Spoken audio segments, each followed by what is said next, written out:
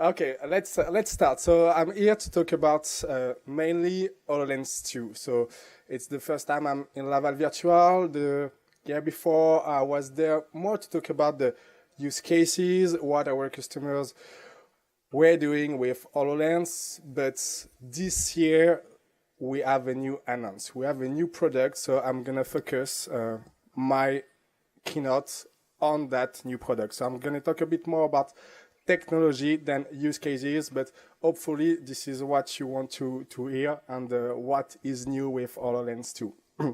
So let's start.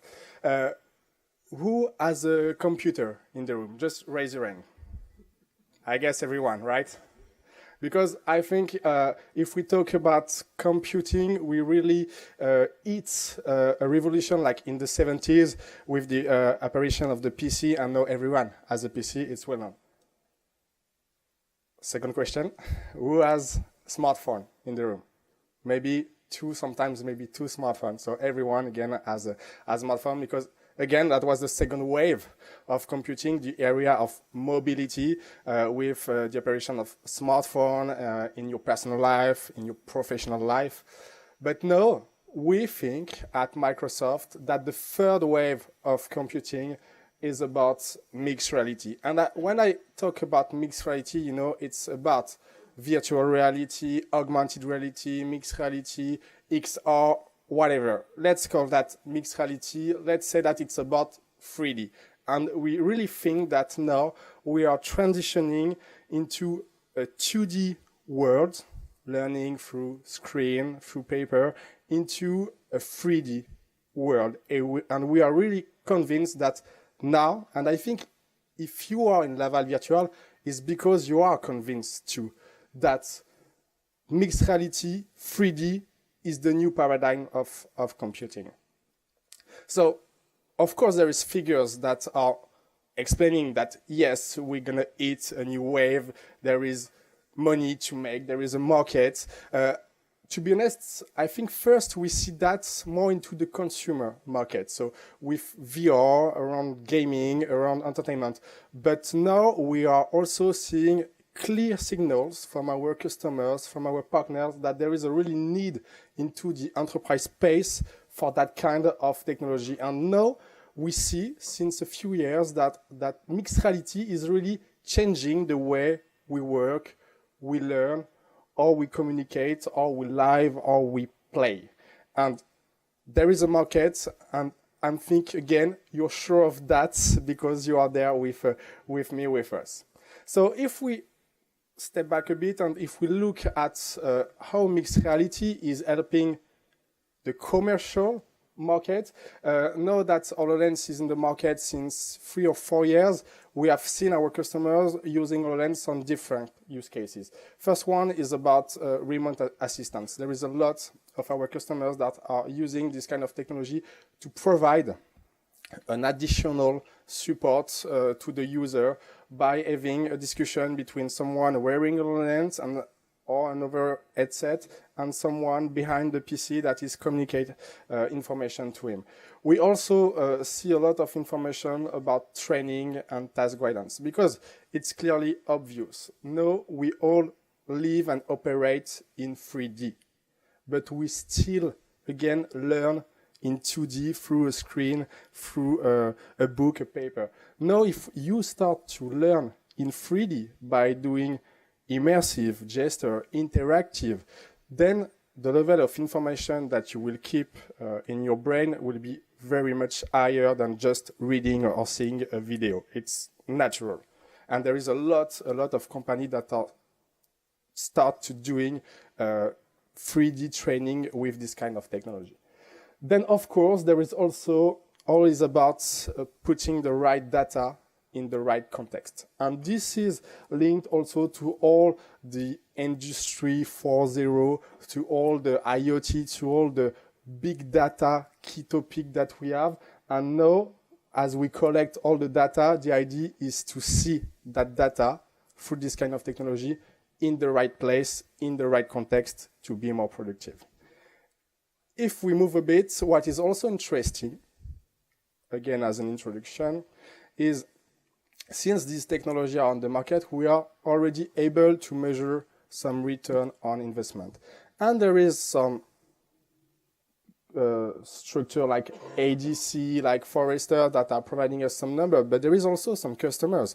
And what we have, and what's interesting with the customers that we have just before and the one that we will have today or tomorrow in the healthcare and in construction stations, that they are already able to give some return on investment by using this kind of technology. You have some figures there, but hopefully we will have more in the months and in the years coming about how they train faster, or they operate faster, or they boost their productivity, etc. Then our vision at Microsoft on this market is that we can say that we are not new. Because I don't know if you know that or if you remember that. That is the Kinect for Xbox, actually.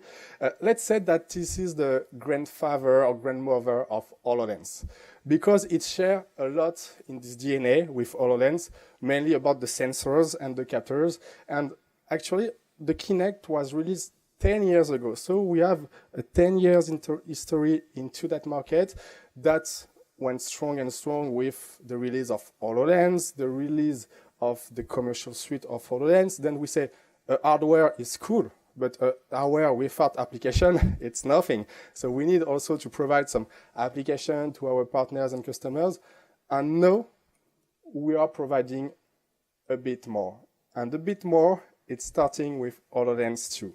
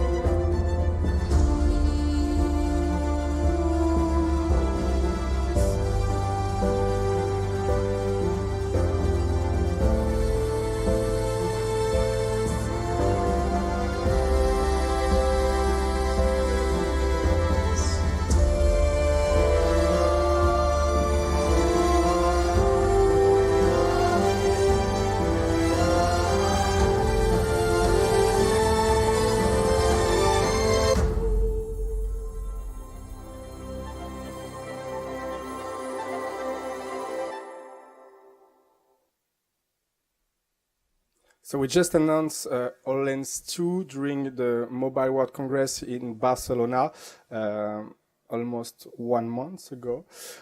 So what is HoloLens 2? So HoloLens 2 is the most comfortable and immersive mixed reality experience on the market. Actually, we learned a lot during the last 3 and 4 years, and we heard a lot of feedback from our partners, from you, from our customers, you again, on HoloLens 1 and what to be improved. And what people want to be improved in HoloLens 1 is this kind of 3 key areas and topics. First one is immersion. They want to see more holograms. Second one is ergonomics. They want to have something more comfortable to put in their head. And the third one is time to value, that I will traduce in French by prêt à l'emploi. It means that, okay, having a hardware, it's cool, but having a hardware with software, with on-the-shelf application to be used right now in my company, it's way better. So this is why we work a lot on these three areas to improve HoloLens too. First is about field of view. So we work to more than double the field of view of HoloLens between HoloLens 1 and HoloLens 2, because people want to see more holograms. And if you remember, if you were a user of HoloLens 1, you had this field of view like very rectangular like that. Then we work a lot on the verticality of the field of view to use now a new format. So it's 3,5 en français, 3 half, I don't know the name in English. So this is the new format of the field of view that is helping you to see way more holograms in the field of view, and then your experience is way more immersive. That was important. Then we work also a lot on the display. And we had a new technology that is called MEMS, micro electromechanical system. So the idea is, if we augment the field of view, we want to keep the resolution that we have, we want to keep the brightness of the holograms, we want to keep the density that we have. So we work on this technology to still have a 2K resolution per eyes despite a wider field of view.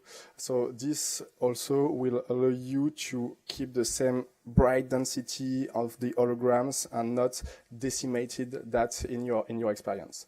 That is very important.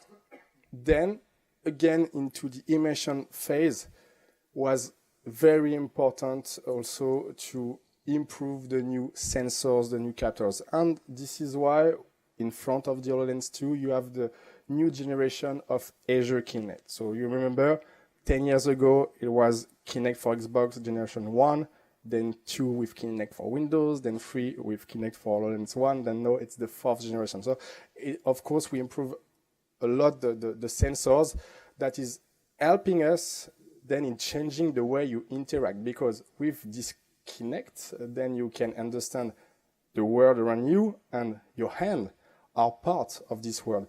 And if you remember, if you are a user of HoloLens 1, you know, I spent 3 years to say to people, no, you can touch the hologram. You have to do that air tap gesture. That was not so easy to understand, to be honest. But now, you can touch the hologram. Just touch the hologram. Just, you want to grab the hologram, grab the hologram. You want to use your two hands to resize an hologram, you can do that. And you can do that because now you have these new sensors that are allow you to understand and use the hand tracking with 25 points of understanding of your hand, and then being more precisely in this. And that will be really something new and very interesting because it's more natural. People want just to touch and grab. They don't want to do that kind of gesture. Then it's also about understanding the environment. And now with the new Kinect, you can see that the spatial mapping is way better. So HoloLens will way more understand the environment in front of you, and then you can do a very precise mesh of the room, of the piece. Then finally about the immersive pieces, we had something new. So in HoloLens we had head tracking, now we have also eye tracking. So it means that you will be able to interact with the holograms in front of you with your eyes. Or you will also be able to calibrate directly the HoloLens and the IPD, you know, the distance between your pupil, directly with eye tracking.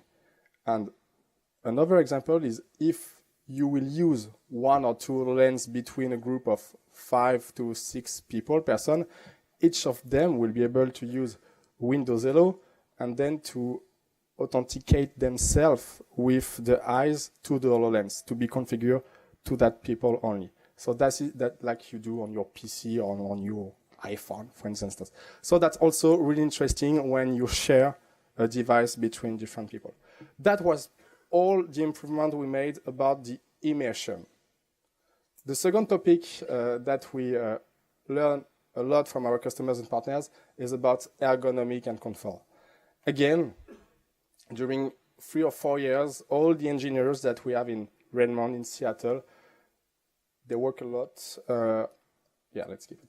They work a lot to have HoloLens to be fit on all the different kind of head, because we are all different, and then we want to have HoloLens fitting to all these different kind of head and type of people, you know. And then the fitting system also, we improved that a lot, because if you remember HoloLens, so the weight was a lot on the front, and then you just have the fitting system in the back. Now, the repartition of the weight is way more balanced, because you also have the compute, you also have the battery in the back of the HoloLens. So actually, in terms of weight, it's not way more light than the V1, but in terms of the feeling that you have, there is a big difference. And then you put the HoloLens like a baseball cap in the back and then in the front. And it's way more convenient manners to put HoloLens. So we work a lot on the fit. Of course, that's also something nice, and I know that the developers, they love this feature, so the pivoting visor. So it means that you can be in your mixed reality world and just pivot the visor, do code, do whatever you want without leaving the HoloLens. So that's also a nice feature that we have. And then, of course, HoloLens is not a consumer business, consumer market. It's a commercial business and market. So this is why we need to have also and to work to have HoloLens 2 fitting into a factory, fitting into a surgery room. So this is why we are working on all the industry certification, NZ, whatever, I don't know all of them. And we work also on something quite interesting. This is the HoloLens customization program. So it means that you may have, depend on your ambition, the ability to customize HoloLens. And actually, we will have an example already with a society called Trimble. And I know, Gregory, that Trimble will be there tomorrow, all right, to speak about that. So what they have done, so they work on all the construction market. And they have adapted HoloLens 2 with, you know, the protective equipment for construction. And now they have released their own SKU called Trimble XR10. That is actually the capabilities of HoloLens 2, but customized for the construction market. So it means that we are also able to do that, I don't know, for defense market. We were with defense sector just before. We could do that also. So this is interesting to have this tailored to your use cases. Moving on a bit, the third area of improvement that we heard, you know, I mentioned time to value. So this is why we are now also releasing some of our first-party application called Dynamics 365 mixed reality application. I confess that is not an easy name for that, but we have our own application, and of course we work with the ecosystem of our partners to provide on-the-shelf application. Have a look on the Dynamics application. They are the applications that are answering to the use case I mentioned before when we talk about remote assistance. So we have an application called Remote Assist, another one, a new one called Guide, Layout, etc., about space design, about learn by doing. If I need just to do a focus, I will focus on the Guide one because it's quite interesting and it's quite new. We announced that during the Mobile World Congress 1 month ago. The idea is to learn by doing. The idea is to have in your field of view information, text, video, photo, whatever that can help you in doing a step-by-step process. Just let's picture you. I hopefully all use maybe IKEA. When you do IKEA, so you have the instruction there, then you have your hand with all the tools, and it's not easy to do so, to turn the page, etc. Just picture yourself having the instruction in front of you, in your field of view, and then a step-by-step that you follow, and then you can easily build what you want at IKEA or in other step with that kind of solution. Of course, and there is a lot of partners that are there, that are exhibitors there, but we work with a lot of them. For instance, in Barcelona, we had some partners like Trimble, PTC, Pearson, and whatever on the booth, and we have dozens of them that are there in Laval Virtual. One thing that is interesting, and then I'm step back a bit of the hardware piece, so we are not talking about only HoloLens on that. The idea is also to be able to provide cloud services to our customers, to the developers from our customers, with the new Microsoft Azure mixed reality services, because we think that there won't be an HoloLens for everyone on the market, but everyone has something like this in his pocket that is actually an AR, MR devices. So the idea is to provide also services for HoloLens, for AR kits, AR core devices, and these services are mainly Azure Spatial Anchors. So the idea is to provide a cross-platform experience. So you share holograms between someone having an HoloLens and someone having an iPhone and someone having an Android, to better improve the collaboration between all of these people that are not necessarily have the same devices. So this is also a feedback that we have. Sometimes you have one people wearing a HoloLens and all the classroom, maybe, they only have smartphone, but they can all see the same thing. That is really interesting to have this cross-platform view. Second one is Azure Remote Rendering. When you do collaborative design, for instance, you need to have your holograms very defined and precise. It's about millions of polygons. It's quite heavy, and HoloLens or that, they have their own computing power, but it's the computing power of a smartphone. And running millions polygon hologram on a smartphone or HoloLens, it could be complicated. Then, what we offer with that is to do the compute in the cloud with Azure GPU, and then only stream that into your device. So it will allow you to not degrade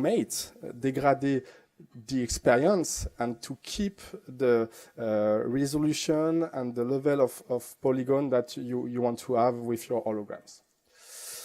Finally, you understand that no, it's not only about hardware anymore. It's mainly, and it's our view at Microsoft, mainly about a stack, a mixed reality stack. So it's about, of course, having our own hardware. You can recognize HoloLens or the last Kinect or the VR headset from our OEM. But the idea is also to provide services, application on the device that we have on the market, on smartphone, on tablet, with our own application, or of course with the application of our partners. So this is why we call that the mixed reality stack. Then finally, and I will end on that because I think it's very important, and this is the message that I want to land here. The second computing paradigm we see, it's about smartphone. We think it was a closed ecosystem. Android that side, iOS that side, Windows Mobile, if you remember, that side.